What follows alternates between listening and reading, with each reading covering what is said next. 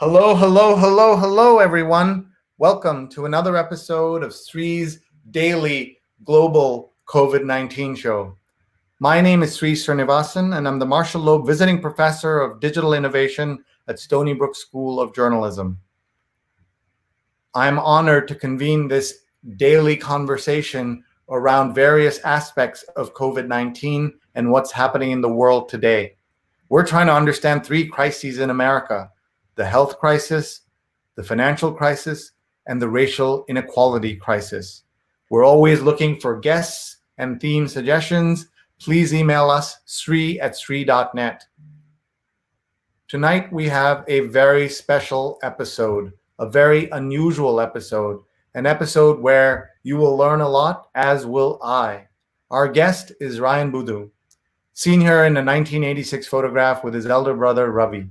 In 2008, Ravi died in police custody at the age of 32 after being arrested on a nonviolent offense.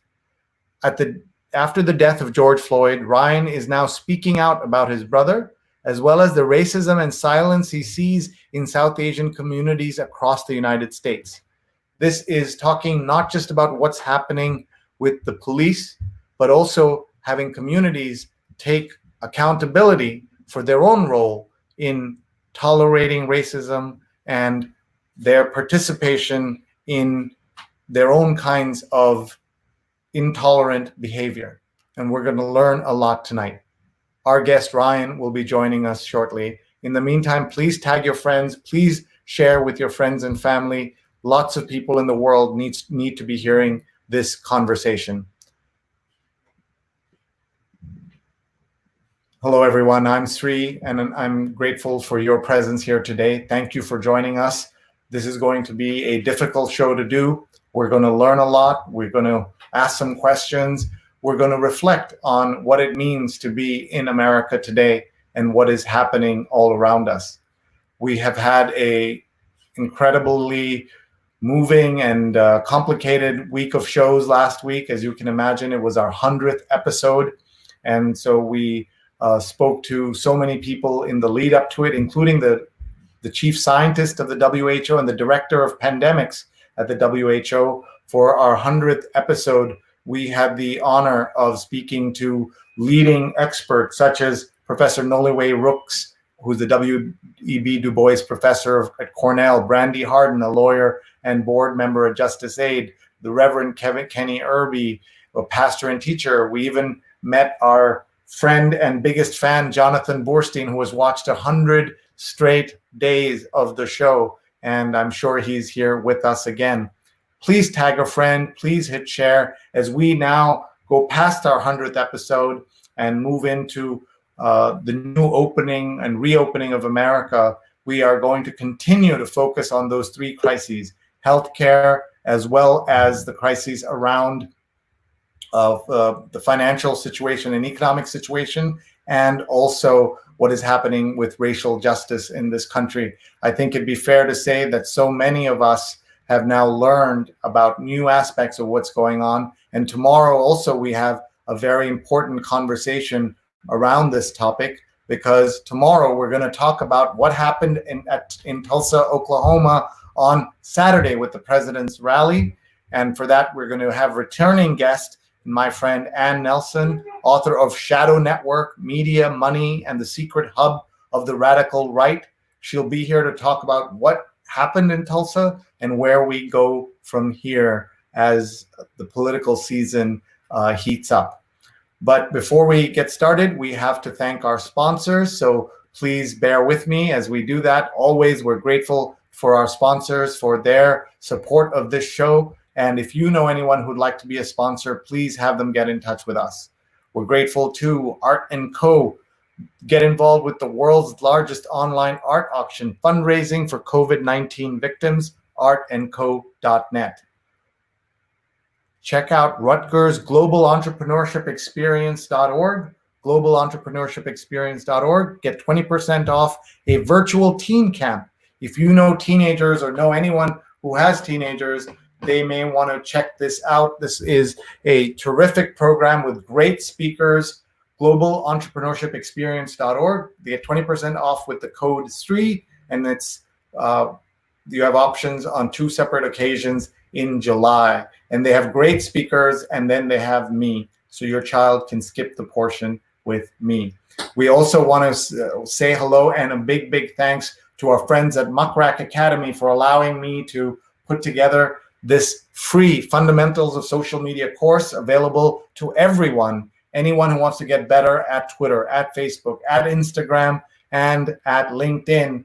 Please check this free course out. It's kind of Netflix style, and they can study on their own pace, about 2 hours of work. mrac.co/social.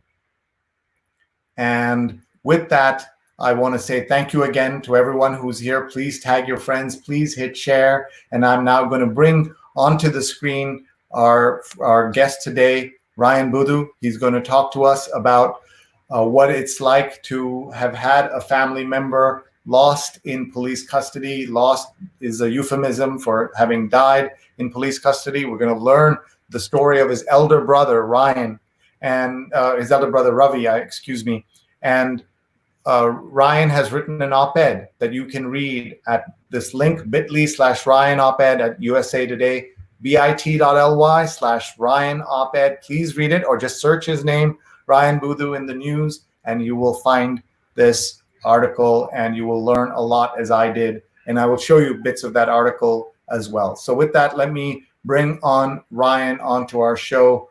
Good evening, Ryan. Good evening, Sree. How are you? Thank you for being with us. Thank you for your patience as we got everyone together onto our show for tonight. We start our show with the same question to everybody. How are you? How's your family during the pandemic? And where are you calling in from tonight?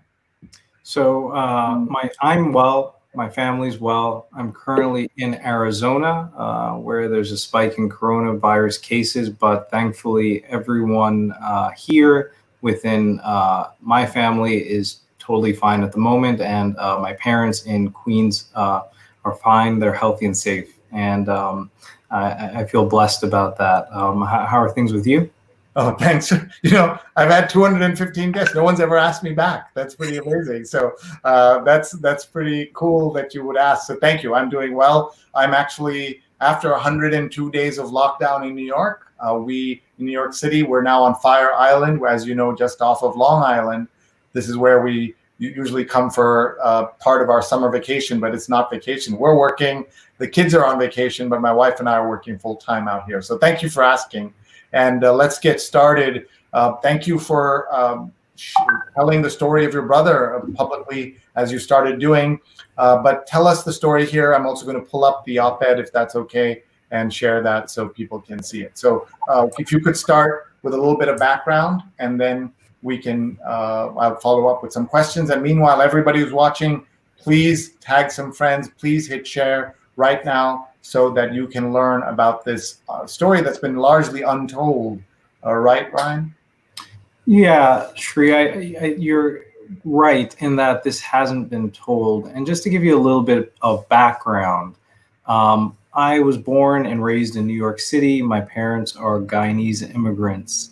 I've spent my entire life in New York City. I'm a product of the New York City public schools. And I went to law school and I went to college, both in New York City. After law school, I worked for the New York City Law Department, and I worked on systemic issues regarding the NYPD and the Department of Corrections. So that's a long way of saying that I have longstanding ties to New York City. And I currently live in Jackson Heights, Queens. My wife is doing a federal clerkship with a judge out of state. And so prior to lockdown, I left New York City and I was staying with her in Minneapolis. But after seeing lockdown and seeing some of the devastating economic and health disparities with my neighbors in Jackson Heights, there's been a growing dissatisfaction with how our most vulnerable are treated in the United States, in New York State, and in New York City.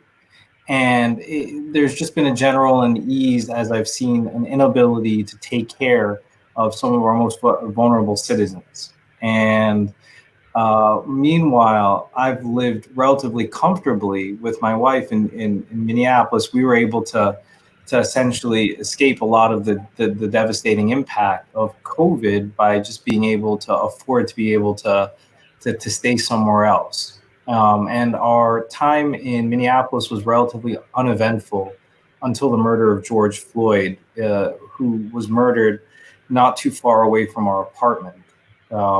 Seeing that video, seeing their horrific brutality, one, I think anyone who sees that obviously is deeply impacted, but it deeply impacted myself because it did remind me of my brother's death. And this isn't necessarily uncommon over the years when we've seen police deaths. I think my family has been impacted because of the fact that I think we share this bond born out of personal tragedy. In regards essentially to this death, though, our close proximity and the continued denials, I believe, on the national level of some of our president and those that are in his administration about the existence of systemic racism forced me essentially to speak out on this particular issue. To give you a little bit of background about what happened to my brother, he was a tech entrepreneur. He was a Guyanese immigrant. In terms of Guyanese immigrants, we are Guyana is essentially a country in South America, and we are part of the Indian diaspora. So my parents came to New York City in the 1980s. We settled in Queens, and we thought essentially that we were living the American dream. My older brother was a tech entrepreneur. He had his own company that dealt with real-time financial analytics for small cap investors. And we thought everything was essentially fine. My older brother was, like many individuals, like all of us, a flawed person in terms of certain characteristics. He did have a drinking problem, but he was coping with that. And one night he was involved in a car accident where he hit a parked car. We didn't know about that. And the reason why we didn't know about that was because the NYPD nor the hospital informed my parents that my brother was involved in a car accident. Instead, my dad the next day, realizing that that my brother hadn't come home, he essentially started calling up every single hospital to try and find out where my brother was. Eventually, we did locate my brother, and he was in a Queens hospital. He had been admitted. The first day he was admitted, he was conscious and was talking with my parents. The last thing he ever told any of us was that the next time we come back to bring him some Chinese food because he was hungry. And 4 days later, he was dead. It's difficult, I think, for us to kind of understand, and for a lot of people to understand how something like that happened. But breaking it down, there are two different components. There's a legal component in terms of how the criminal justice system failed him. And there's a medical component about how the health system failed him. But what it has left my family and I with a deep understanding is that race and social status have an impact on the quality of health and justice in this country. And that is really what undergirds a lot of the understanding of systemic racism. And I'll go through a few of his last days with you. And I think it'll make sense in terms of a broad understanding of fairness, morality, and cruelty. But what won't really make sense is that there was no apparent violation of law or policy. So my brother, shortly after being admitted, shortly after the first day, fell unconscious. And that was a result of, it appears, some type of alcohol withdrawal after he was being detoxed. He had aspirated into his lungs and was quickly intubated and lost consciousness after 1 day. After that one day, even though he was unconscious and intubated, the NYPD insisted that he remain handcuffed by his hands and legs because he was in custody. To understand how unfair this is, in New York, within 24 hours, detainees are, per constitutional right, arraigned in front of a judge, and there's a determination whether or not they will be released on bail if they're not a threat to the safety of the community. My brother was arrested for a nonviolent felony. It was a DWI, a nonviolent crime, not even a felony. And he was arrested for that DWI. He had no prior criminal history, and there was no indication that he would be violent towards the general New York community at large. But nevertheless, because we as Guyanese immigrants didn't know or have any attorneys in our family, nor were we able to contact a legal aid society, we just didn't have those resources. He remained in handcuffs. And my parents did the best they could. They pleaded with the officers who were stationed at my brother's hospital bed to please take him out of handcuffs. My mother even went to the police precinct, our local police precinct, and begged the lieutenant at charge to essentially release my brother. I remember vividly that she pleaded for that lieutenant to take my brother out of handcuffs because she didn't want her son to die shackled to a bed. I, at the time, thought that was a little dramatic because I just didn't assume or didn't believe that my brother could die. He was 32 years old and relatively healthy as far as I could tell. So my parents just didn't have the connections to try and navigate the system beyond the simple no's that were just at every single turn for them. And while they were trying to navigate this legal system that they were completely unfamiliar with, my brother's health continued to deteriorate, which made sense because of the fact that he was immobilized, shackled to a bed for 5 straight days. On every single visit that my parents had to have with my brother, so my parents obviously wanted to visit my brother frequently, but per NYPD protocol, they were forced to visit the local precinct before they were able to visit my brother. I remember vividly my mother saying that one day she had received one of the permits, gone to the precinct, got the permit, went to the hospital, and then was denied visitation by one of the officers on duty. She didn't know how to appeal that. The officer just told her no, she can't see her son. And she walked home crying all the way home.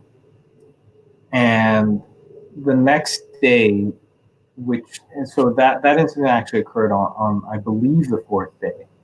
The next day, my mother got a call that my brother had gone into cardiac arrest. Considering the events of the day prior, my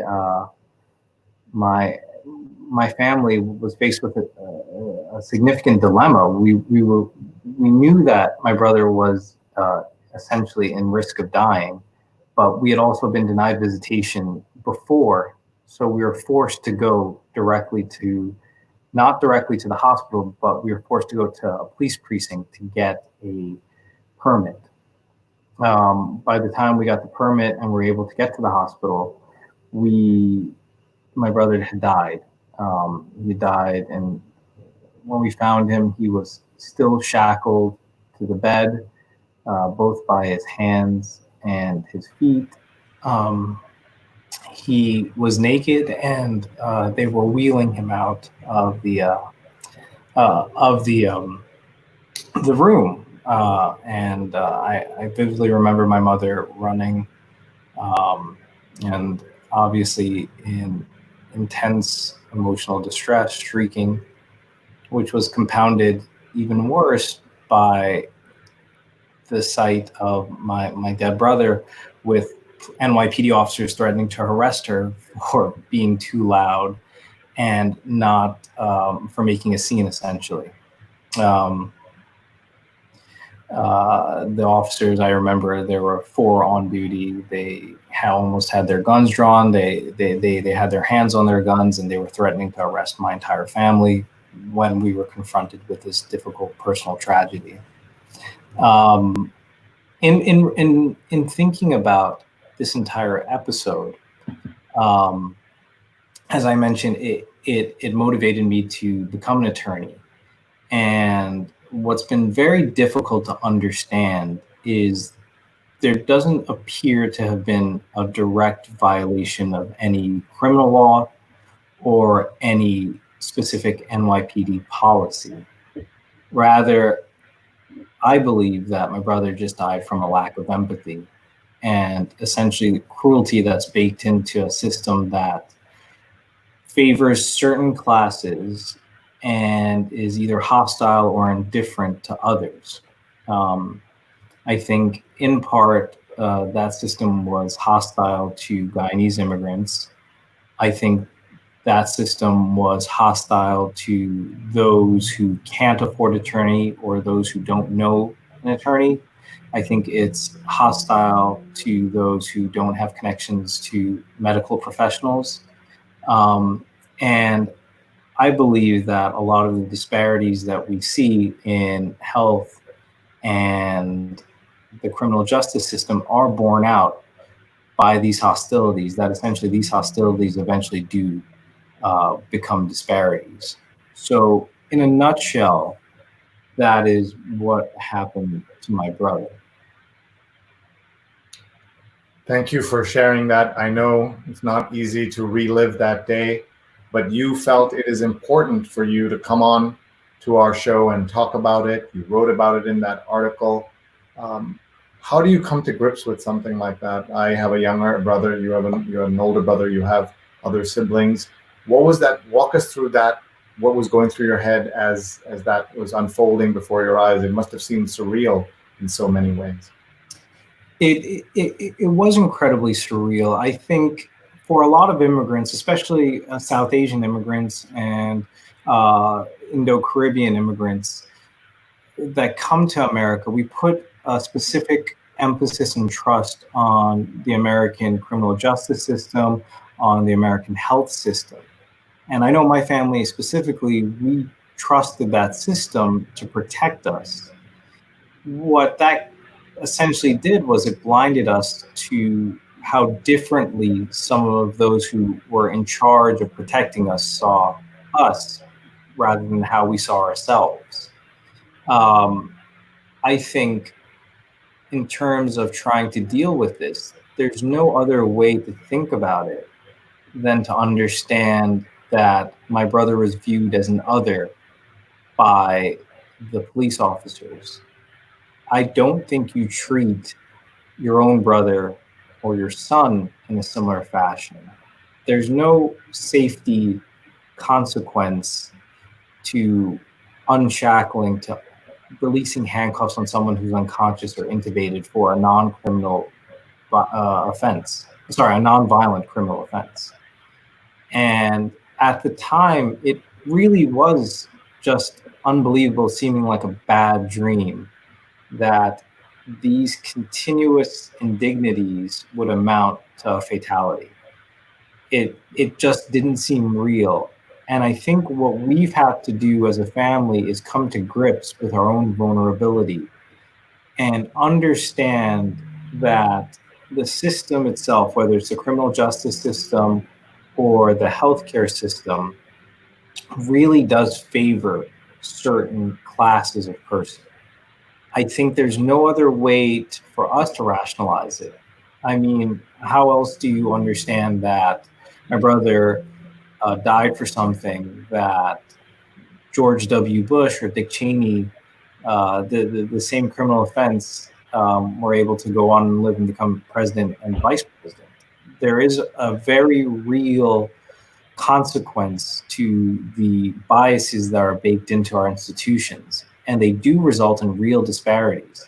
I think it's difficult for us to understand them because if you are never in that vulnerable position, it's almost inconceivable. And I'll tell you right now, Sree, as a lawyer, it's inconceivable to me that this happened.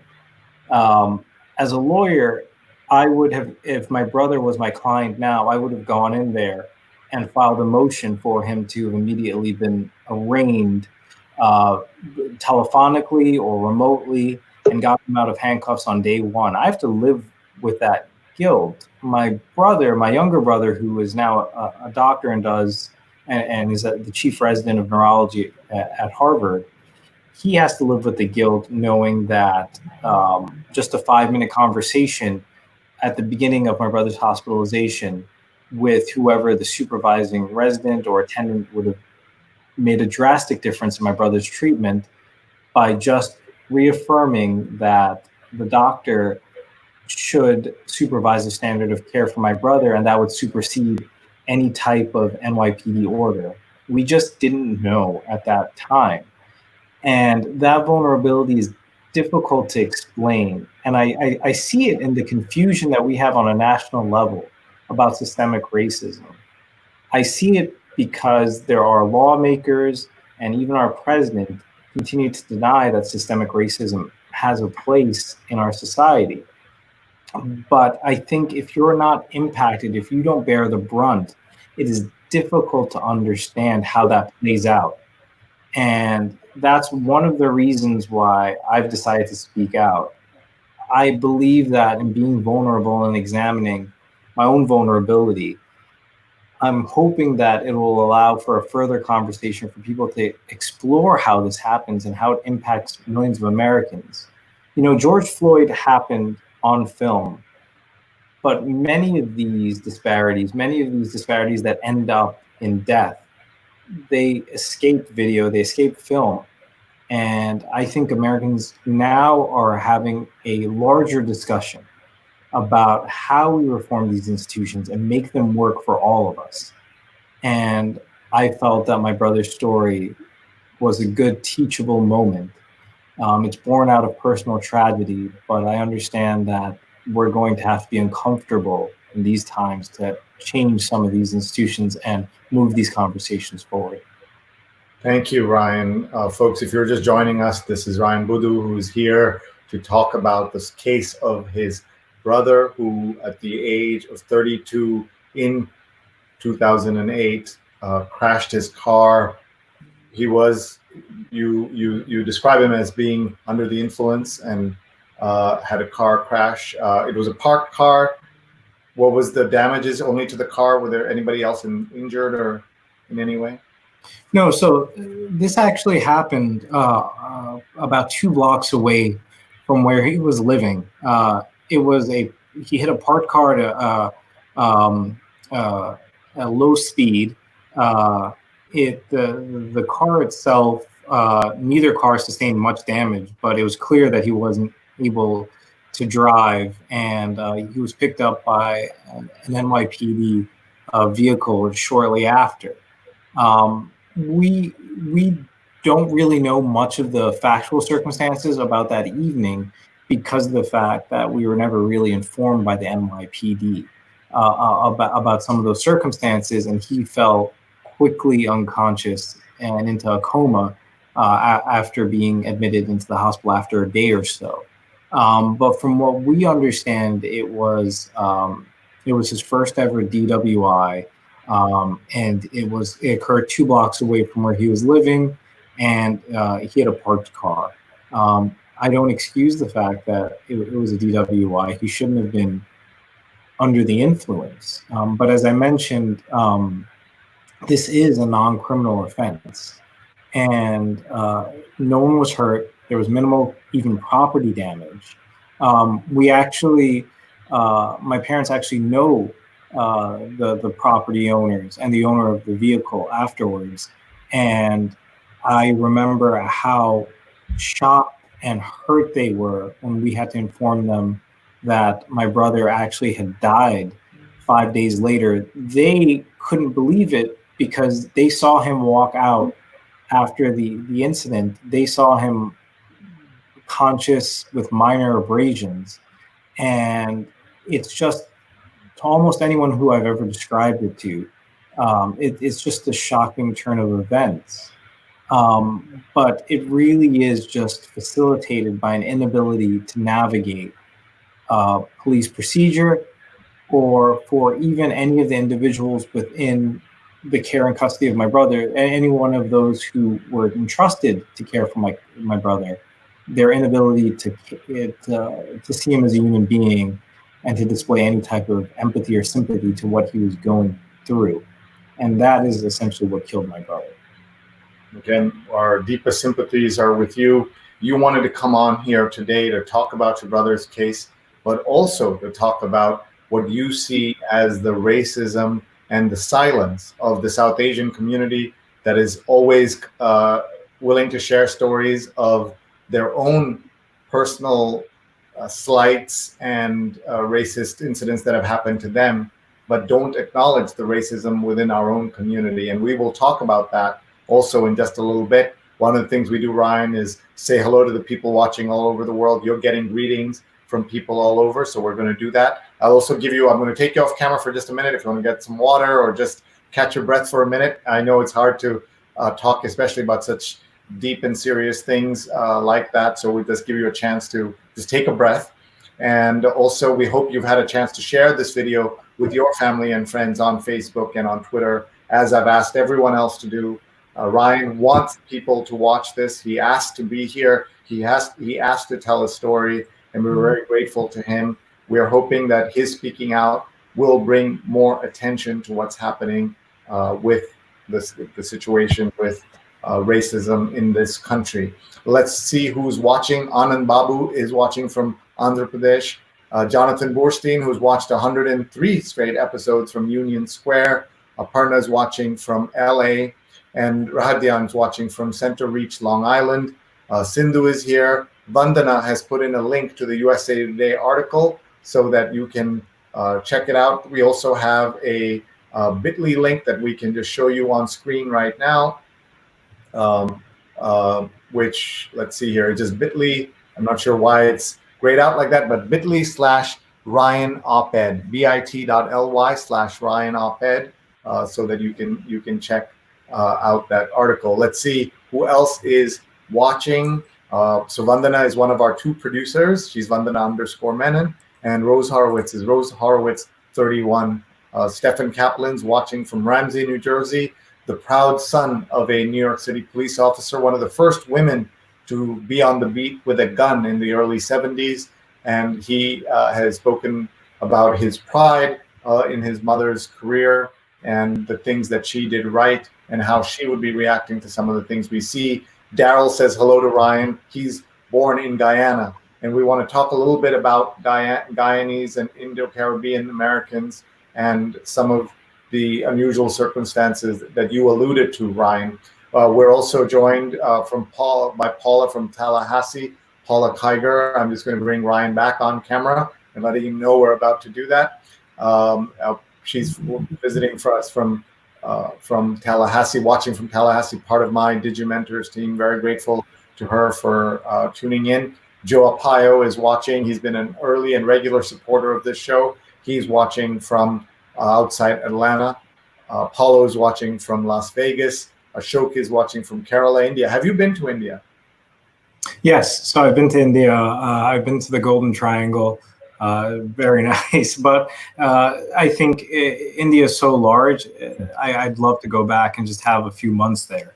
Yeah, I think you need at least a few months. Paulo said that presumption of violence predicates a lot of police aggression, especially the now disbanded plainclothes anti-crime unit. He's in Vegas, but he was a New Yorker, so he's talking about that. Here is Mark watching from Durham, North Carolina, former guest on the show and dear friend. Jenny says, I'm so sorry to hear all this. The system is genuinely stacked against the masses.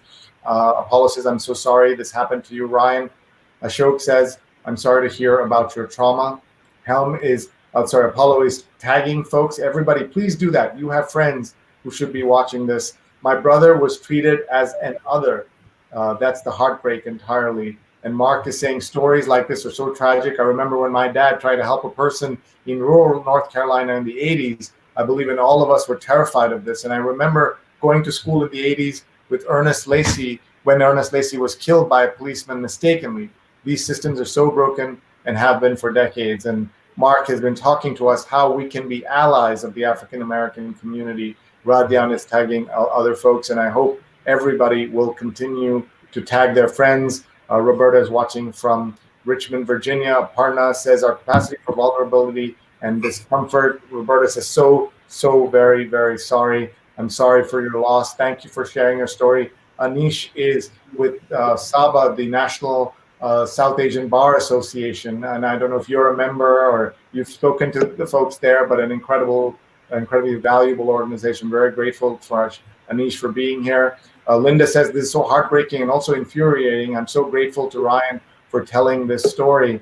And Roberta says, thank you, Ryan, for your bravery in sharing the story. My heart is with you. I'm so very sorry. Sending love from Richmond, Virginia. I hope you're feeling the love, Ryan, at this moment, and I hope you'll convey that to your other family members. We want you to tell us a little bit about them in a moment. You mentioned one of your brothers, your other brother as well, and David is cursing. He's but people are angry listening to this. Gayatri says, watching. I remembered hearing about this when it happened. I'm so sorry for your loss. I can tell from that name, that's a Indo-Caribbean name, right? Prasad. These Indian names morphed a little bit, right, into Prasad and names like that. We are just so grateful for this international community that has come together here and listening to Ryan's story, that Ryan would come and share it with us. We are grateful for his time and his trust in us to bring us this story. Let's talk a little bit about two things before we revisit the story of your family.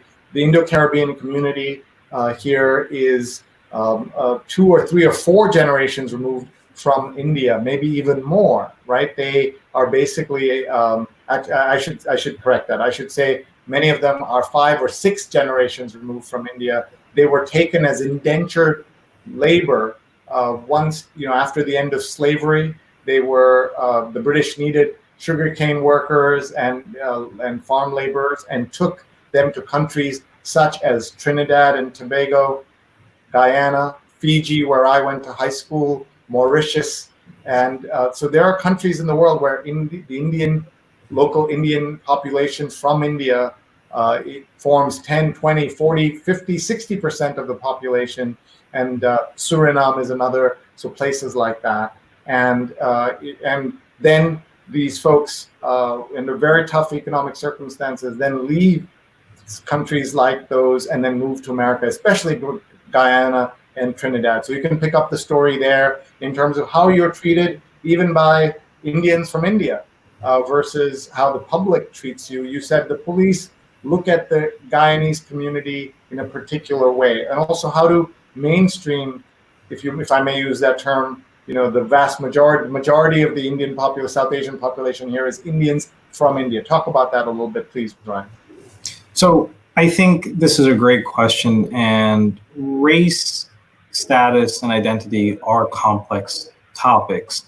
I think being introspective about how we view ourselves and how others view us is one of the first steps in actually being able to display empathy to the experience of others. In terms of being Guyanese, there's a larger mosaic of the Indian diaspora, and being Guyanese is one individual tile. But the Indian experience, the South Asian experience, is just so varied. There's 1 billion people in India alone. It's difficult to encapsulate our various differences within the larger umbrella of our community. Really, that's just a long way of saying we're not a monolithic entity, and that there are different experiences, there are different socioeconomic conditions for the different different parts of the Indian diaspora. And Sree, as you mentioned, Guyanese, Indo-Guyanese did come to Guyana from India as indentured servants. There's been a difficulty in terms of economic development caused obviously by the dependency of the Guyanese economy on sugarcane and some other natural resources. So my family, like many others in 1980, left Guyana to come to America. New York City, for those who don't know, has a very large Guyanese community. And it's an interesting thing being Indo-Caribbean and being Indo-Guyanese, in that you have the heritage of a lot of Indian culture. My parents are an interfaith couple, so my mother's Muslim and my dad's Hindu. I carry both of those cultures of both those religions also with me, and there is such commonality between what I view my Indian friends or my Pakistani friends and what I observe and the types of food that I eat, but there are slight differences, and it's caused by the difference in the journey. And in terms of the Guyanese community in New York, I believe there are about 500,000 Guyanese approximately in New York City. So it's a large and vibrant community. It's centered predominantly in Brooklyn and Queens. And I think the city itself was slow and still is slow to recognize the particular vulnerability of the Guyanese community and to cater for them. If you look right now, even outside of my brother's story and just looking at COVID, there are Guyanese individuals, there are Trinidadian individuals, there are also Indian and South Asian, just generally individuals that are just being left behind by the devastating impact of COVID, whether it's meals for seniors or those who are food insecure, our inability to deliver medication to those individuals who are in lockdown. The social safety net is failing for our most vulnerable. But going back to the Guyanese experience and in general, the South Asian experience, South Asians in general occupy an ambiguous other within the binary race relations of black and white within America. We have our own unique struggle and challenges, and we face discrimination in some contexts, but in others, we do enjoy relative privilege. Exploring that and understanding that obviously all of our experiences are individual, it requires a lot of nuance, and there's just no blanket description of the South Asian experience. But what I've understood is that essentially, if we open up about our own vulnerability, about our own experiences, whether or not the discrimination that we suffer, whether or not it's the trauma that we suffer, I think it allows for the defensiveness of perhaps white people to actually listen and understand that there are different experiences based on race and class in this country. I think there's a part for the South Asian voice to play in this fight for equal justice. And I would like for there be a stronger voice from the South Asian community to speak out on behalf of Black lives. I think there is some aspects of colorism within South Asian culture that we do need to address. I think there are unspoken biases that we may hold within the South Asian community that we should air out and we should discuss. Because essentially injustice anywhere is a threat to justice everywhere, as Dr. King says. And if we can't look within our own community, if we can't be honest in our own community about what's going on and about our part in this civic society in America, considering the difficulties that we face as allies. If we want to get ahead as a society, if we want equal justice for ourselves, we also have to demand it of other minority groups within the United States. And that's what essentially drove me to start speaking out and to talk a little bit more openly about this. There are injustices that we face in terms of policing as South Asians. Um, I am a native New Yorker, and I understand some of the fear and the very real discrimination that South Asians faced in the wake of 9/11. I still understand that there are impediments to our liberty in regards to freedom to travel and in regards to racial profiling and religious profiling. We are open about that to a certain extent, but we're not open to conversations about criminal justice and disparities within the criminal justice system. I think there is a taboo and there is a stigma about that. And I would like for South Asians to be more open and more honest. The South Asian experience in this country is predicated on the civil rights movement of the 1960s.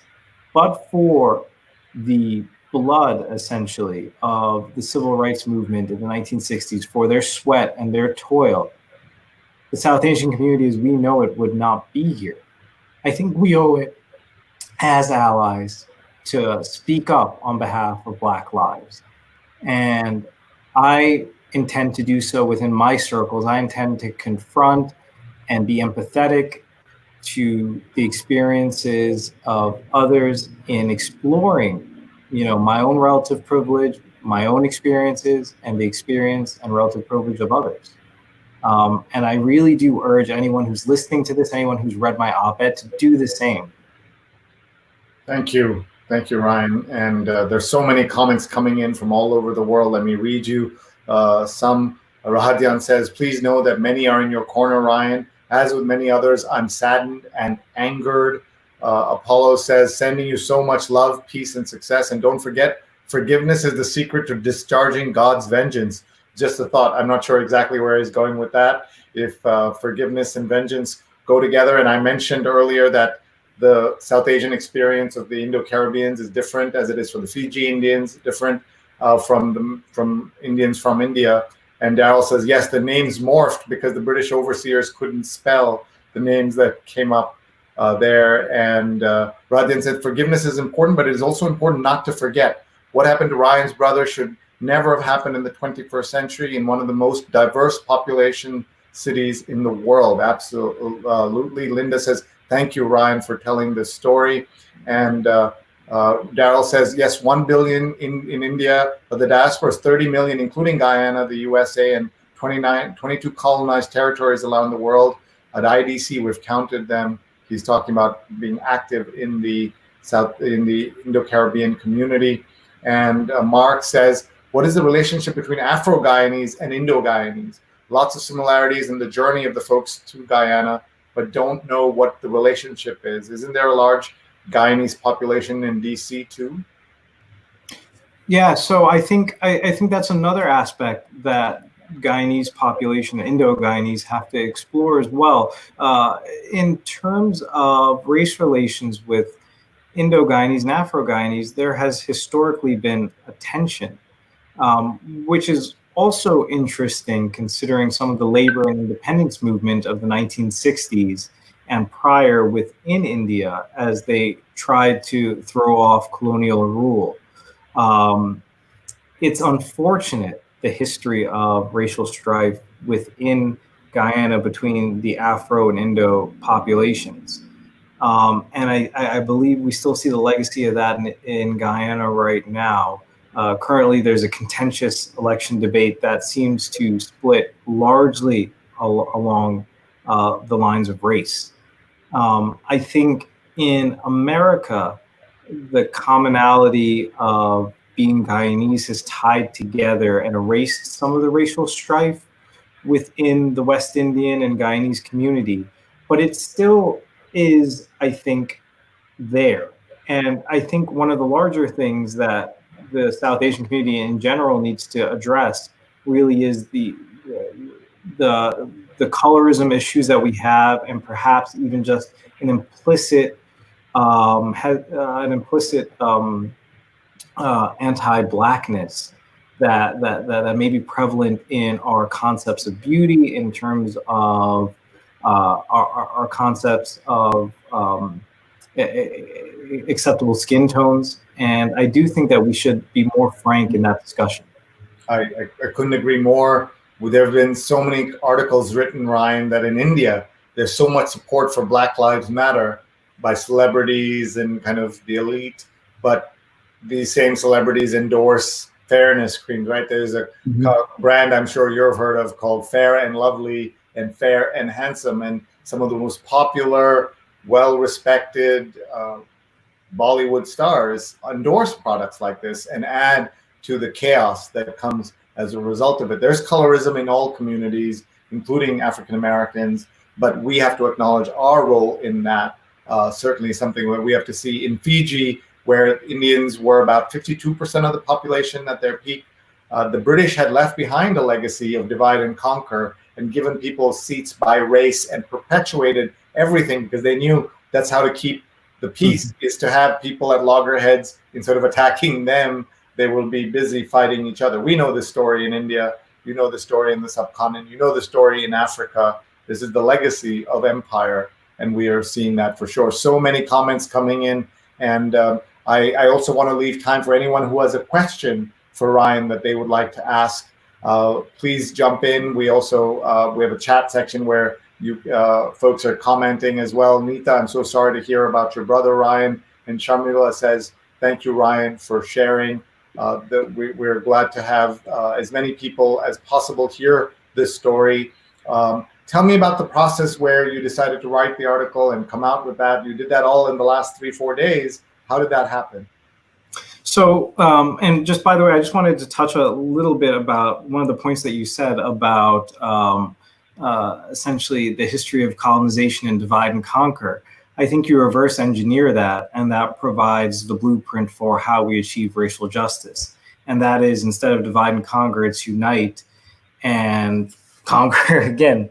And so I think in that way, if we were to unite and be better allies with other communities, I do think that that is one of the ways that the South Asian community integrates better with other minority groups, and then does have a more effective push for equal racial justice in this country. In terms of writing the article, I think it really was motivated by the lack of nuance and the inability to understand from certain unaffected people how systemic racism works, or even how disparities work, or even at a baseline level, what it feels like to suffer injustice. I think there's a commonality with a lot of minority groups or people of color, what injustice feels like. But for certain other groups, they just have never experienced that. I think right now I work at a large law firm, and the people that work, the lawyers that work in that firm, are individuals with wealth and status and connections. And they may have felt unfairness before, but it's difficult to explain injustice when you never truly suffered from it. It's difficult to understand the vulnerability that some of our immigrant groups, South Asian groups, undocumented workers feel if you've never felt that same vulnerability. And what I've realized in America is that the unfortunate cost that we are paying is that we've segregated our experiences so much by race and class that we don't understand each other's experiences, much less each other's pain. And I felt that I am at a position in my life right now that while it's uncomfortable and while it leaves me vulnerable, I can explain how that felt, how it still feels, to those who've never experienced something similar. And I also thought that at this point in my career, as an Indo-Guyanese person, as a South Asian person, I'm the immediate past president of the South Asian Bar Association of New York.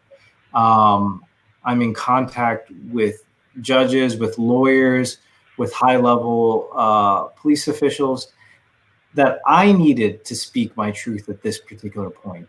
That anything less at this point in our country during these difficult times would be selfish. And I understand that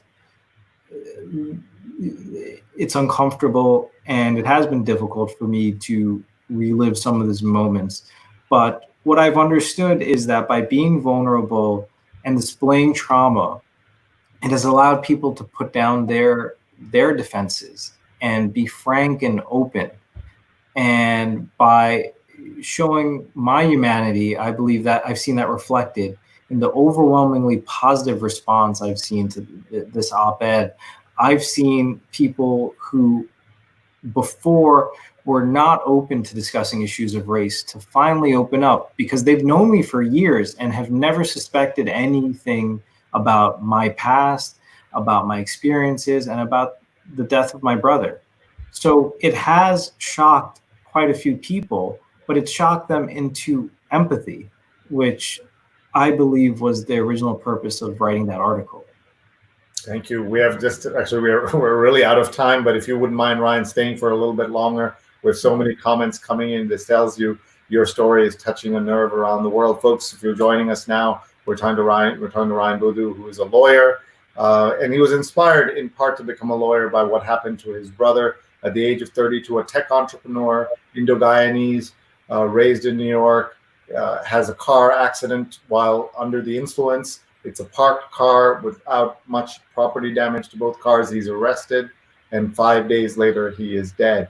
And this was in 2008. I just want to show everyone this of a photograph that you shared in the article. By the way, the article is in the comments. We've put it in so that people can read it in my tweet. Also, I put the op-ed, or you search Ryan Budhu and news, you'll find that article. I just wanted to share this photograph and hear your thoughts. Tell us about this. Obviously, you were too young. You're the younger one in that photo. But tell me, of all the pictures, you picked this one, and tell me about your brother. What was he like? What were his hopes and dreams? And he was already well on his way to being successful in a community that doesn't always have tech entrepreneurs. Not something you often hear about folks in the community. We'd love to hear more and love to engage and give more opportunities to Indo-Caribbean folks to have that kind of success as well. So one thing, my mom chose that photo. So let's just be clear. That's not exactly my favorite photo. You know, it's got a little bit of my muffin top on there. So, but it's my mom's preference, and I respect that. Especially considering that anything my mom says goes in regards to some of these types of decisions. She's also a photographer too, and she's been a relatively a talented photographer throughout her life. And before I even... What's her name? Would love to say hello to her if she's watching. Her name's Rose Budhu, and my dad should be on the line as well, Robert Budhu. I just want to say hi and thank you so much to them. And I also do want to state to those who are listening that through adversity, there have been some positive outcomes about our story. As I mentioned, this motivated me to become an attorney. And I spent 5 years addressing systemic law enforcement issues within the NYPD and the Department of Corrections. Obviously, that's a much larger conversation about how you reform institutions and the long road ahead. I have been particularly pleased with the rate of reform, but there obviously needs to be so much more.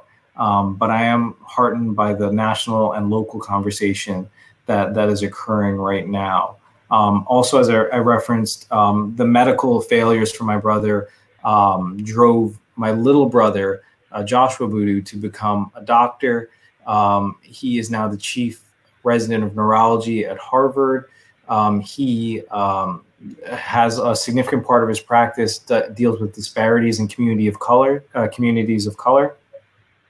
And it also motivated my little sister, Nalisa Budhu, to get involved in activism. So she's been out there every day, essentially, since George Floyd's murder, protesting, helping the National Lawyers Guild with those who are arrested during protests, making sure that peaceful protests proceed lawfully, both from the NYPD side and then also organizing peaceful protests herself. It's essentially caused our family and my siblings to have a very active role in social justice within our communities. We're hoping the same goes for my youngest brother, Jared, once he gets out of high school, that he will also become involved in social justice. In talking with my older brother, he was incredibly generous to those within the circles that he occupied. He was boisterous. He was energetic. He just had such large dreams in terms of his future, in terms of his company's future, in terms of how he would provide for my parents and my siblings once he made it. We really were living through a lot of his dreams in that time. We weren't familiar with entrepreneurship in America, but he seemed to be navigating it relatively well. This wasn't the type of entrepreneurship that we were familiar with. It wasn't opening a store or a restaurant. It was capitalizing a tech company, developing software. He had offices in India and New York. I believe he also had a few offices in different parts of the U.S. They appeared to be on their way. And he just had a singular vision and was a focused individual. I always admired his boundless energy. And I think it's difficult to understand how those dreams, how that human potential was just unfairly cut short. I think a lot of times people in my circles, they talk about my skills as a lawyer and the pro bono work that I've done or the things that I've done to give back to the community. Same thing with my younger brother as a doctor or my little sister as an activist. And the one thing that's unfair, the one thing that is difficult to explain to people is that the world essentially was robbed of the potential of my older brother. We just never saw what he could have accomplished. And one of the things that strikes me is just how arbitrary his death was. It could have easily have been me or my little brother. At that time, we just weren't able to navigate these hostile institutions or indifferent institutions. But I think we always have the memory of my brother, and I hope by speaking out about this, this will do his memory proud. It will serve at least as a teachable moment about how these types of incidents occur and how there can be a positive outcome in navigating these types of situations to try and affect larger change that will help our community and other communities as well. Thank you, Ryan. We see that our friend Jacqueline Dolly is watching from Queens, New York. She was our guest. She was sitting in your seat just on Saturday, talking about careers and what we can do for careers. Please check out her website, bedohaveresults.com, and follow her on Twitter. She gave us so much inspiration in terms of how crises like the pandemic and there are new opportunities come up. And you just to think, your brother now would have been 12 years into his business, 12 more years, could have been even more successful and helped so many people in that process. We'll never know that story. And that is what is so hard. And people are trying to understand that about how the family found the strength to go forward. How did Robert go forward? How did your mom go forward? If you can talk about that a little bit. I think it was incredibly difficult on my parents. I think um, when you trust the system so much and it betrays you in such a personal and devastating way, it really struck at the heart of them. I think, but for having other children, I think those obligations kind of helped a little. I mentioned, the universe works in very mysterious ways. And with the loss of my brother, my parents were really struggling. And around the same time, shortly after, one of my aunts became ill and contracted cancer and passed away. She had a 2-year-old son at that time. His name was Jared. I just mentioned him. And Jared's father, my uncle Nizam, already had 2 older sons, and so my mom agreed to help out and raise Jared. And so, in a short few months, she had lost a son, but had somehow miraculously gained a new one.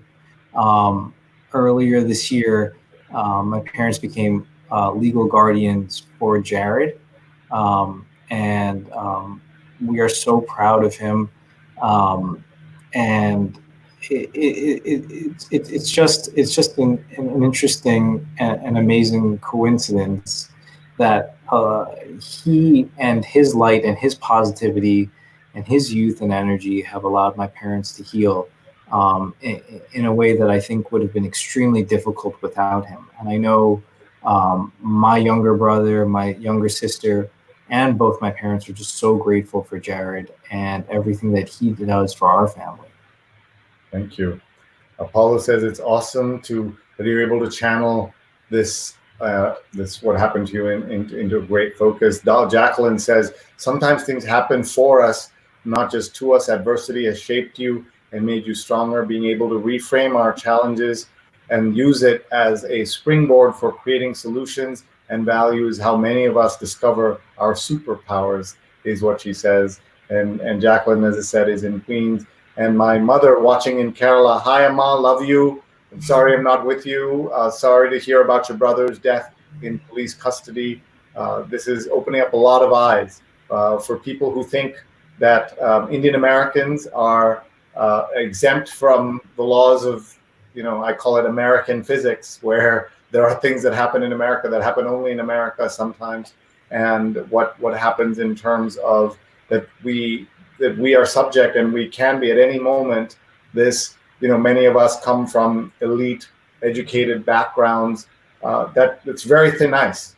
That I've been telling people. Like, here's a perfect example. You may have seen you're a lawyer. You may have seen the news today that President Trump is now extending his ban on H-1B visas and others, even including people with green cards who are not being allowed to come back. And I've said to so many Indian Americans who believe that they have a special place in this society, and that Trump's anti-Mexican talk, anti-Muslim talk doesn't affect Hindu Americans. I tell them that President Trump and Stephen Miller would rather have a Norwegian fisherman than an IIT graduate from the elite engineering schools. And by the way, the Norwegian fishermen don't want to have anything to do with this place. They don't want to come. But Indians, especially Indian elite people, overeducated, overqualified people like me, believe we have a cloak of protection, but we do not. Mm-hmm. Yeah, and it's very interesting because I think what you said has an immense truth that's difficult for us to understand. And it applies in many different areas. It applies in immigration, it applies in education.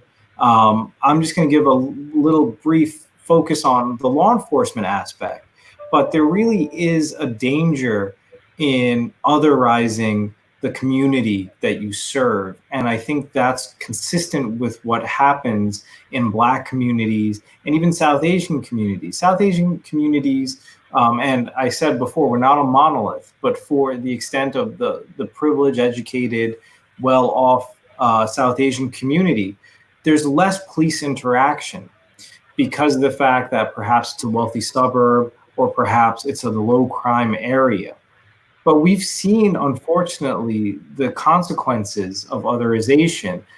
There was a high-profile incident a few years ago of an Indian grandfather, I believe, who was viciously taken down by a police officer, just tackled and brutalized.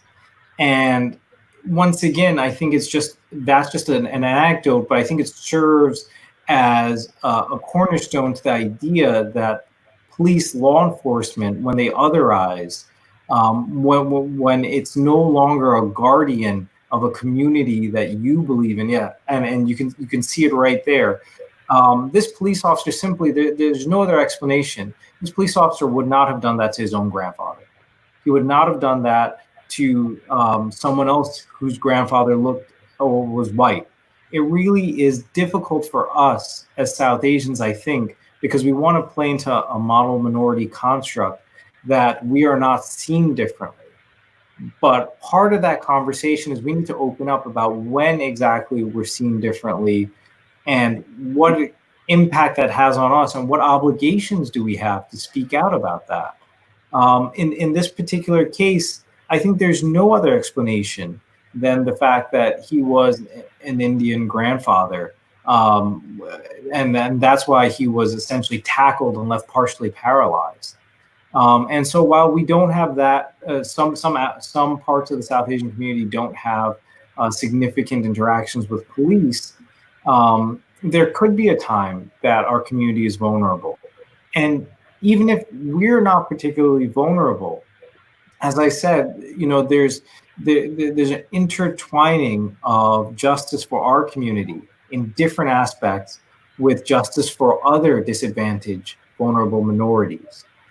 There is, in the Madisonian understanding of our republic, there are certain protections for minority groups, and there are certain legal protections that have developed for minority groups, but they're still not able to combat the majoritarian political process.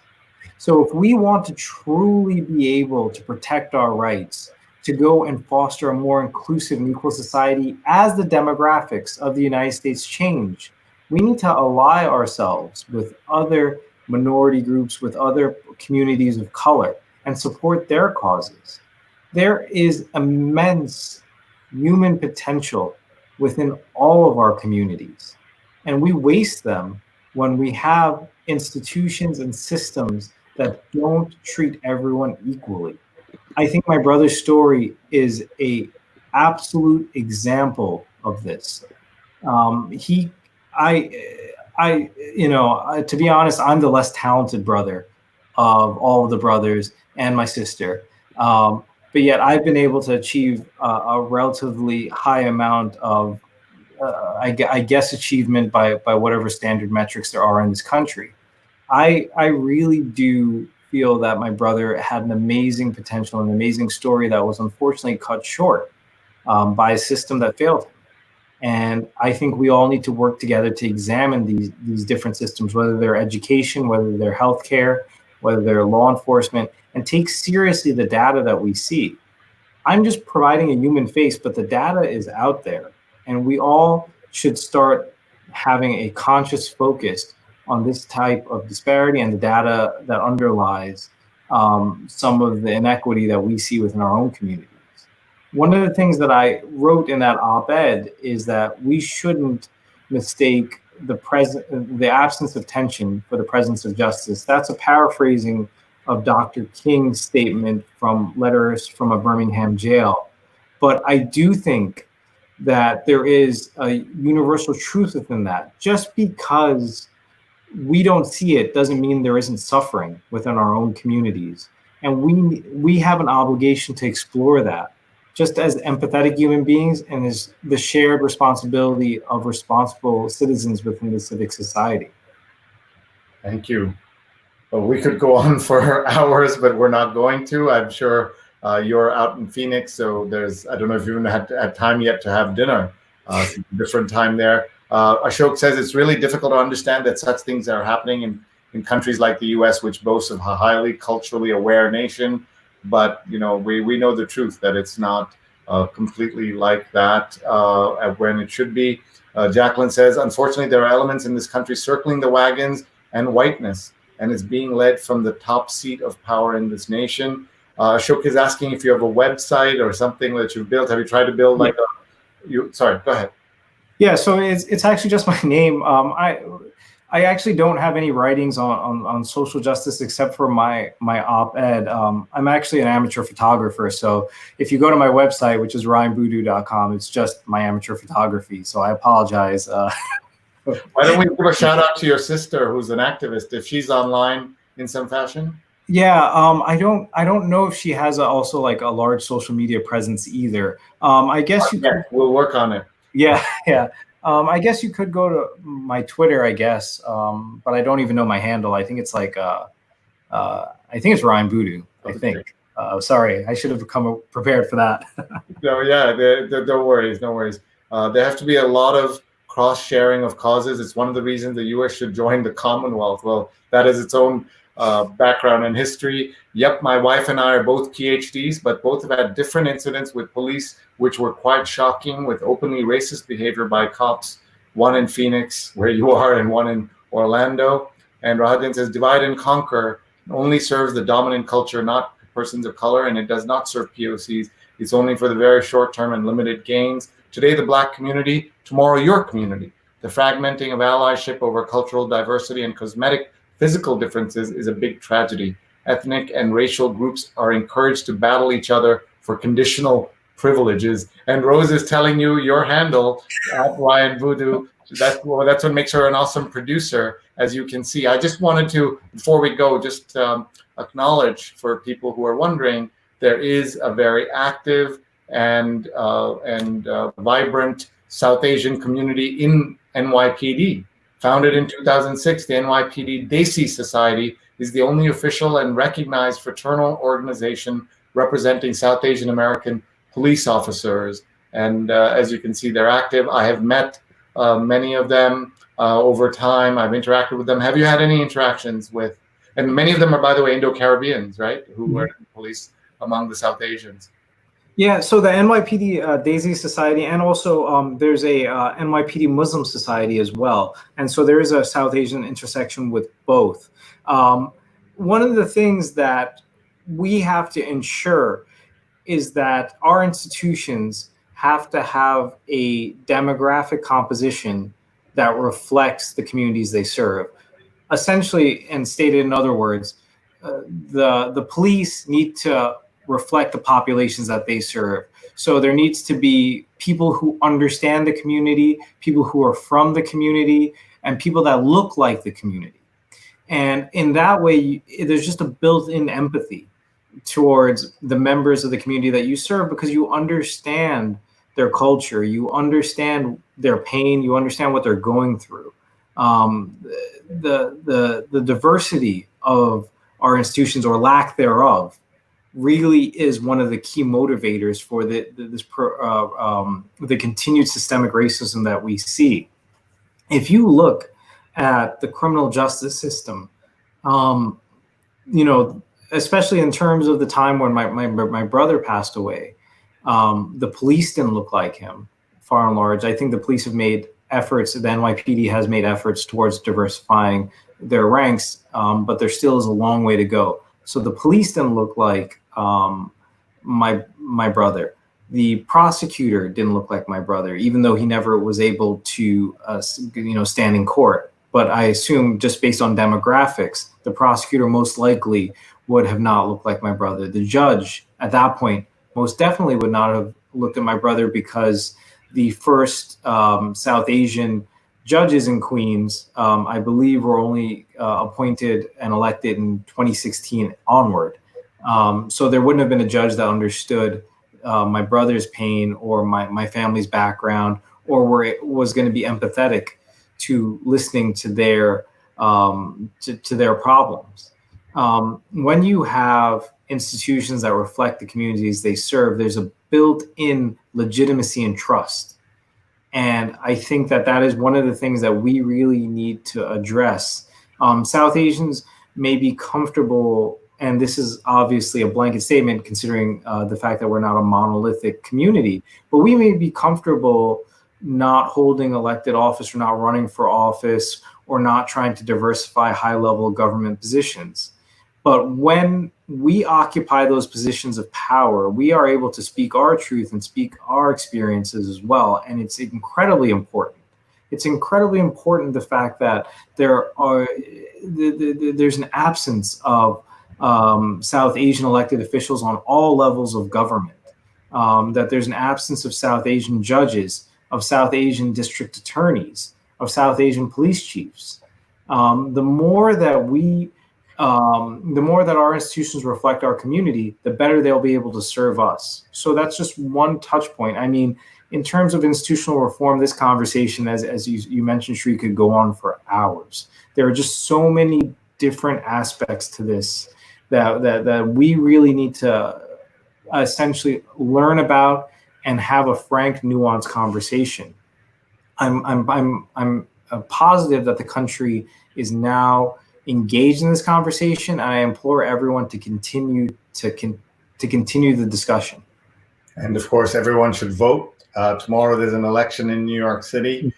People should vote and participate. I think that's important for a lot of South Asians who don't get involved and they don't participate. I think that matters. By the way, we had Zoran Mamdani, who's one of the people running in Astoria, who was on the show talking about being Muslim and South Asian and running, what that's like on the show. One of our viewers right now, Gayatri, says her brother is in that society, and we salute folks who go into public service, whatever profession they're in. We appreciate that. And I'm thinking that we should do a conversation about South Asian and Muslim police officers and hear from them. I think that would be very important. You've got an invitation to go to Kerala.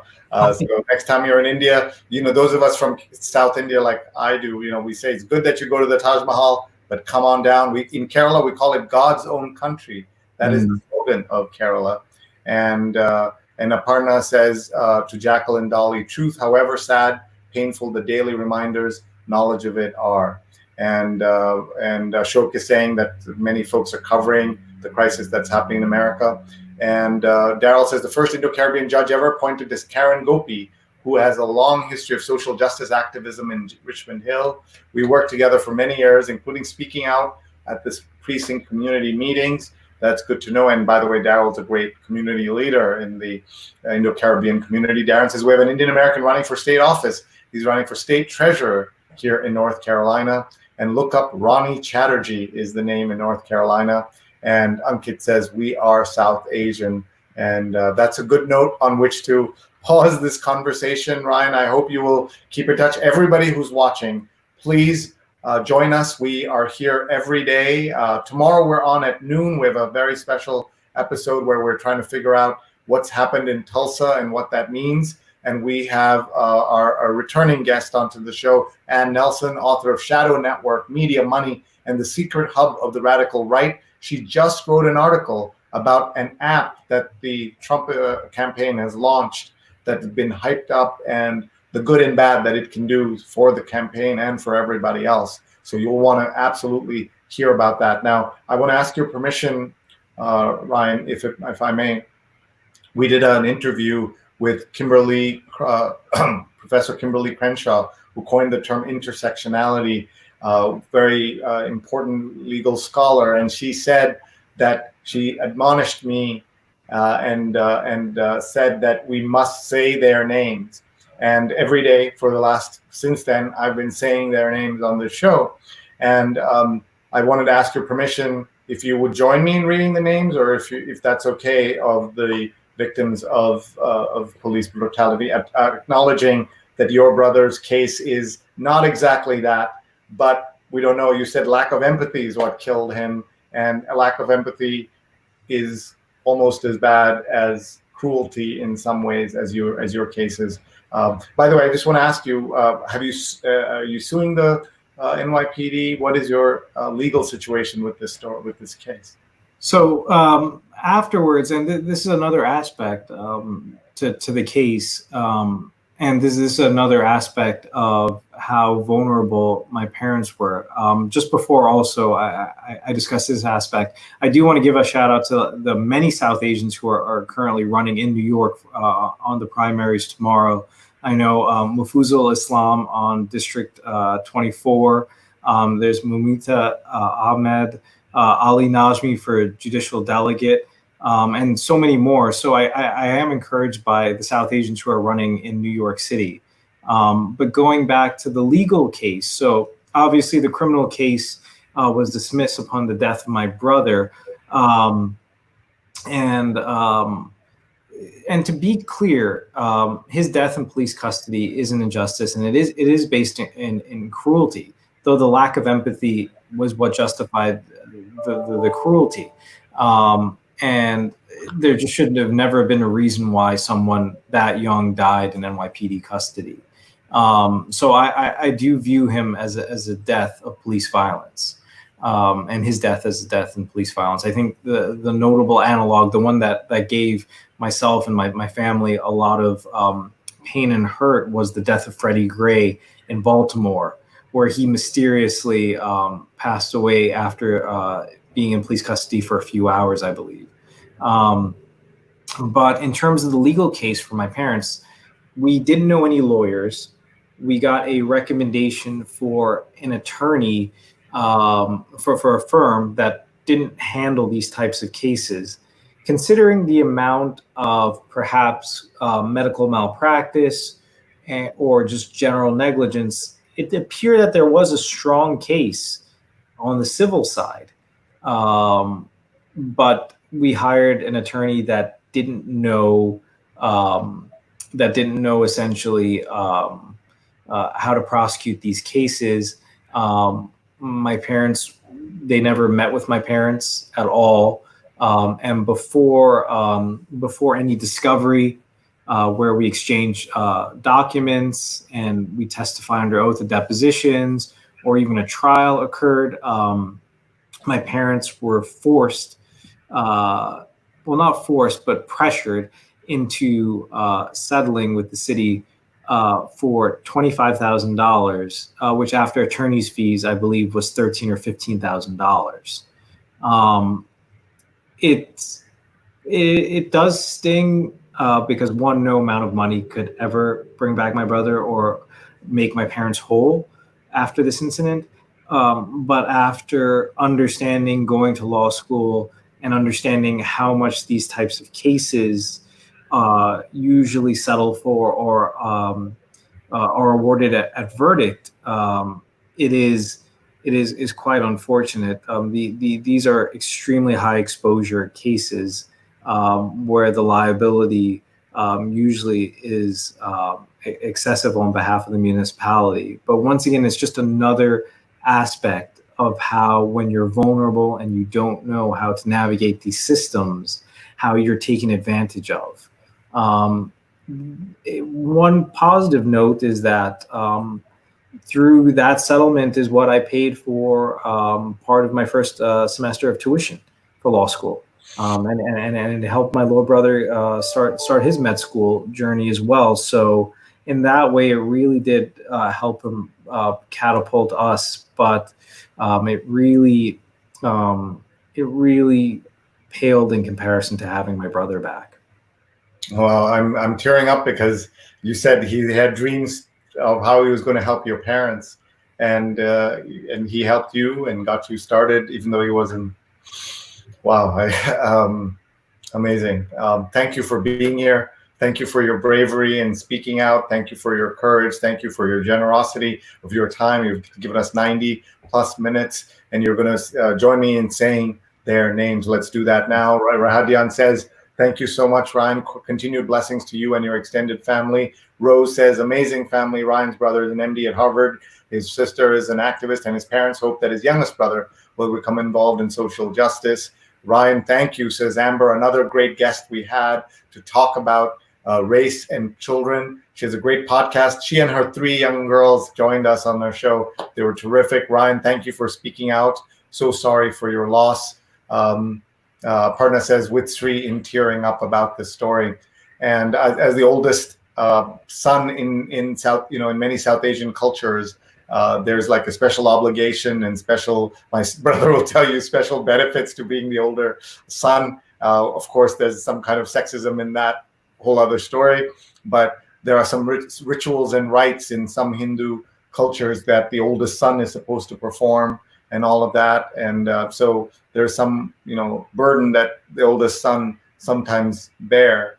The sons bear in these cases, and just to see your son, your brother, not here for that. Gayatri sends her love, and Jacqueline says, "Thank you, Ryan. So glad you shared your story. Thank you for your goodness. Comfort to you and your family. If your parents are watching, we salute you. To your brother, to your sister, your youngest brother, we wish you all the very best." Let's now read their names. We are using this slide, Ryan, that puts together this incredible cover of Time Magazine, which I know you've seen, of the Titus Kaffir cover that he made about Black Lives Matter and the death of George Floyd. And you're seeing on the right a photo of young George Floyd. Have you seen this photograph before? No, I've never seen it. With Larcinia Floyd, who would die 2 years earlier to the day almost, and then he is now buried with her next to her in Houston, and you saw that motorcade. So let us now read their names as I bring them to you. I would ask you to read for a few names, and then I will read some, and then you can pick them up again. Please go ahead. Only if you can do this, Ryan, please. I'm glad we're doing this. The names and their stories are just so important. And when I see the names, I do see the stories, and it is important. So Trayvon Martin, Yvette Smith, Eric Garner, Michael Brown, Raquan McDonald, Tanisha Anderson, Akai Gurley, Tamir Rice, Jerame Reed, Natasha McKenna, Eric Harris, Walter Scott, Freddie Gray, William Chapman, Sandra Bland, Darius Stewart, Samuel Du Bois, Janet Wilson, Kaylin Rockmore, Alton Sterling, Philando Castile, Joseph Mann, Terrence Crutcher, Chad Robertson, Jordan Edwards, Aaron Bailey, Stephen Clark, Danny Ray Thomas, Antoine Rose, Botham Jean, Adatanya Jefferson, Michael Dean, Ahmaud Arbery, Breonna Taylor, and George Floyd. And Ravi Budhu, and Rayshard Brooks, and so many other names. And hearing you read them give me a catch in my throat. I know that was difficult for you. Thank you for reading those names, and thank you for telling us about the name of just one young man in a list like that. And we can imagine how many other people there were, and why we need to say their names. I am so grateful to you, Ryan, and humbled by your presence of mind and your speaking out on behalf of your family. I wish you the very best. Much love to your family. I hope you will maybe come back with your brother and sister and talk more, because we'll all, clearly people want to listen to you. Here we are talking. I think, Rahadian says, he's Asian American. He says, as the oldest son, that resonates with me, Sree. He says, you are a true inspiration to many. Thank you for speaking out, Ryan. Thank you for speaking out, says Ellen.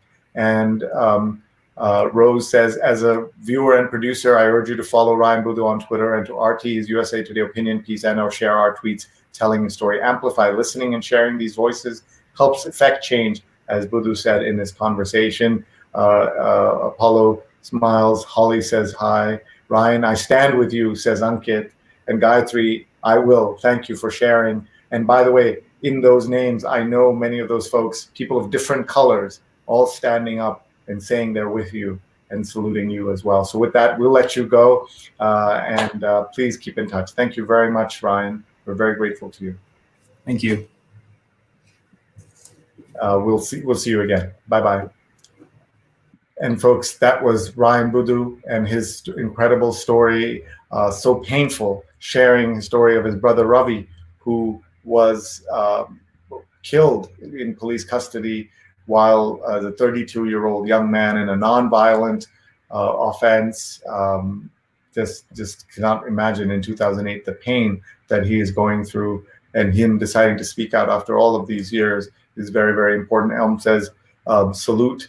And I salute him, and we salute everyone who has been affected by the violence. And thank you all for being here. We need to thank our sponsors once again who understand the value of these conversations. If you know anyone who values these conversations, we've been doing them for 103 nights, and we'll keep going because we want to help as many people as possible tell their stories. We want to learn as much as we possibly can.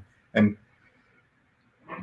excuse me, and so many people want to learn as well. And we are so grateful to everyone who is participating and sharing these stories. Please email me, Sree@Sree.net, if you'd like to tell your story, if you'd like to participate. We have some amazing people who are coming up in the pipeline that we're developing of stories that we're going to share. So please keep in touch. We want to thank Rutgers and the Global Entrepreneurship Experience.org, 20% off with the code SREE of this virtual team camp with speakers from Google, Facebook, and many others. And again, just to think an entrepreneur like Ravi would have fit right into an opportunity like that, and he is no longer with us.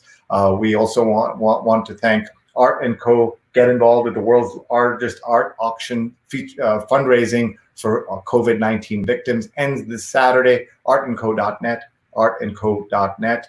We also want to tell you about a program that I'm executive producing, our team at Digimentors. She's on Call, a weekly show of doctors, two surgeons who are my friends who are executive producing this. This was the show from 2 weeks ago. This was the show this past Sunday. Please follow She's on Call. And by the way, Dr. Leland Lee, who spoke, she wrote an amazing story in the Washington Post about what rubber bullets are like. Rubber bullets sound like they're just something made of rubber. They have metal at their core, and what they've done to patients she has treated. So please go back into the archives. Just follow She's on Call on Twitter, on Facebook, on Instagram, and on YouTube. But you go to Facebook and follow them. They'll do they'll have great guests every Sunday, 11 to noon Eastern. And also my other show, the New York Times Read Along. We had the print editor of the New York Times reading the Sunday print edition of the New York Times, 8:30 to 10:30 a.m. every single Sunday. And we also want to tell you, if you're tuning in for the very first time, this is our 103rd show. The first 100 shows had 200 guests, and 124 of them were women. And we were focused on making sure we have a good representation. If you have suggestions for speakers, please let us know. We want to feature them. And finally, a big thank you to Muckrack Academy for their Fundamentals of Social Media course that they paid for me and my team to produce. But it's a free certification for every single person in the world who's interested in social. mrac.co/social, mrac.co/social. 4,000 people have signed up for that course. I am, as always, humbled by everyone's interest in the things we do. We want to do more. We want to help more people. Please talk to us. Please connect with us. Sree@Sree.net, SREE@SREE.net. And we'll see you tomorrow, our very important show about Tulsa and what's happened on Friday and what happens going forward, and the secret app developed by the Trump administration, the Trump campaign, and what is happening with that. So we will see you certainly on tomorrow if you can join us live, or just look at our archives, youtube.com/Sreenet, youtube.com/Sreenet. Bye-bye.